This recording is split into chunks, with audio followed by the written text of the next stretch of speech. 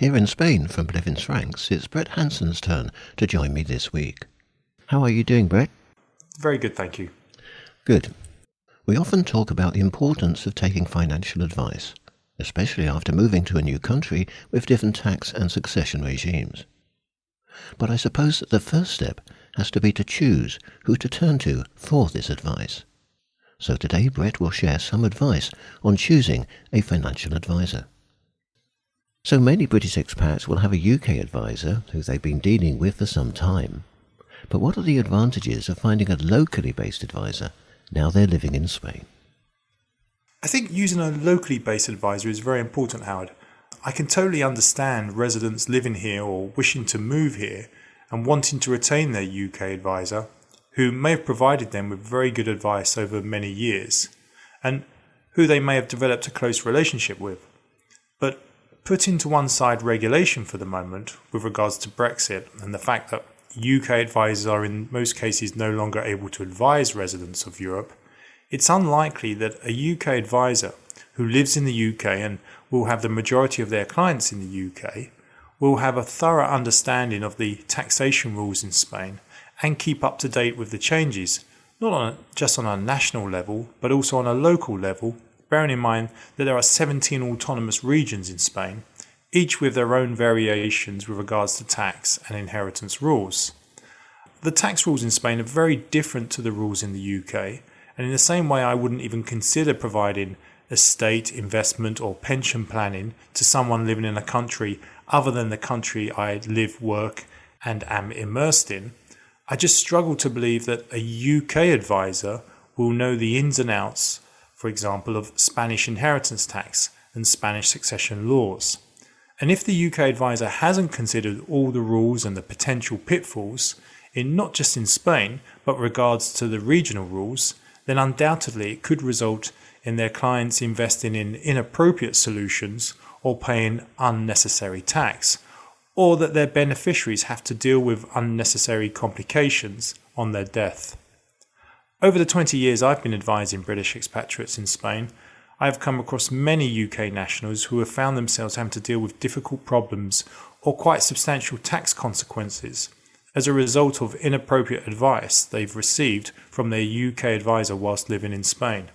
And at the same time, a local advisor who is regulated to provide advice in Spain and who has experience with dealing with similar clients can provide the best solutions and be on hand to help their clients whenever the need arises. Does the size of the advisory firm make a difference? And what about longevity? Yeah, I believe so, Howard. So, for example, at Blevins, we're committed to providing all of our UK and EU-based clients with a high-quality local service, which means that across the company in all the countries we work in, we have partners, private client managers, paraplanners, and administration support, all working together in our 22 local offices. Our partners and private client managers are highly experienced and fully qualified and regulated to provide British expatriates with financial, estate planning, investment and pension advice. And the emphasis here, Howard, should be on the S when I refer to partners and private client managers, because should a partner or private client manager fall ill, retire or leave, because of our size, we have others already in the office or nearby to be able to continue to look after our clients. And as our regular listeners will know, I've often spoken about the importance of regular reviews and the fact that at Blevins we employ private client managers whose sole job is to ensure that all our clients' portfolios, objectives, circumstances and tax situation are reviewed each year, which shows our commitment to our existing clients.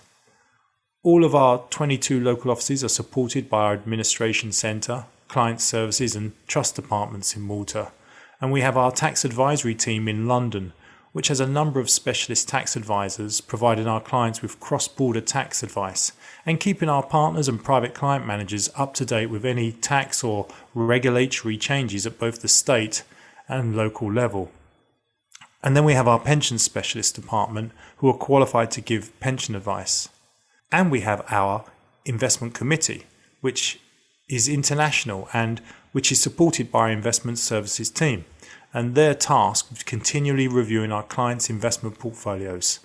They're talking to the various fund managers we use and make recommendations as to how the portfolios should be modified or tweaked in order to remain in line with our clients' attitude to risk and to be invested appropriately according to the market cycle and economic data. They are also responsible for ensuring that the portfolios meet the local regulations and requirements of the various jurisdictions we advise in. What should we look for in an advisory firm, and what sort of questions should we ask them? What about regulation and qualifications? Well, Howard, there's no doubt that experience needs to be combined with qualifications and high professional standards. Finance, investing, pensions, estate planning and taxation, they're all very technical subjects which require specialist understanding, and so it's important that listeners ensure that the advisor or the firm of advisors they are using have professionals with officially recognised qualifications and who keep up to date with financial and regulatory changes. For example, if you were living in the UK, most advisors have the Diploma in Regulated Financial Planning or an equivalent, and the Level 4 Diploma in Regulated Financial Planning meets the UK Financial Conduct Authority's or FCA qualification requirements. I would say that this qualification really does help to develop an advisor's core technical knowledge and financial planning capabilities. And at Blevins Franks, all of our advisors, whether partners or private client portfolio managers, all hold this qualification or the equivalent. For security and peace of mind, Howard, there is no doubt in my mind that our listeners should choose an advisory firm which abides by national and international regulations and is regulated by a reputable body. And of course, that they take qualifications seriously and set the bar high when it comes to ensuring that all of their advisors are at the appropriate standard. And finally, Brett, what makes Blevins Franks different from any other advisory firms? Well, Blevins Franks started the year I was born, which was 1975, and began life as a firm providing tax and investment advice, primarily in London in the UK. But over time, as clients moved abroad, we found that there was a lack of quality advice available for British expatriates moving to Spain. And this was also the case as clients of ours moved from the UK to other European countries such as France, Portugal, Cyprus and Malta. And so over time, offices were set up to provide local advice to British expatriates living in all of these jurisdictions, whilst at the time we recruited specialists in each of the fields we advise on in order to assist our local offices, such as pension specialists, cross-border tax advisors and trust experts. In the 23 years or so I've been in Spain with Blevins Franks, I've seen the firm continually grow, and I would say that this growth has been even more rapid since Brexit and the greater need for British expatriates to obtain advice. We now have 22 local offices across the 7 countries we advise in, with over 50 partners and private client managers, and we continue to expand and recruit, currently over 200 employees.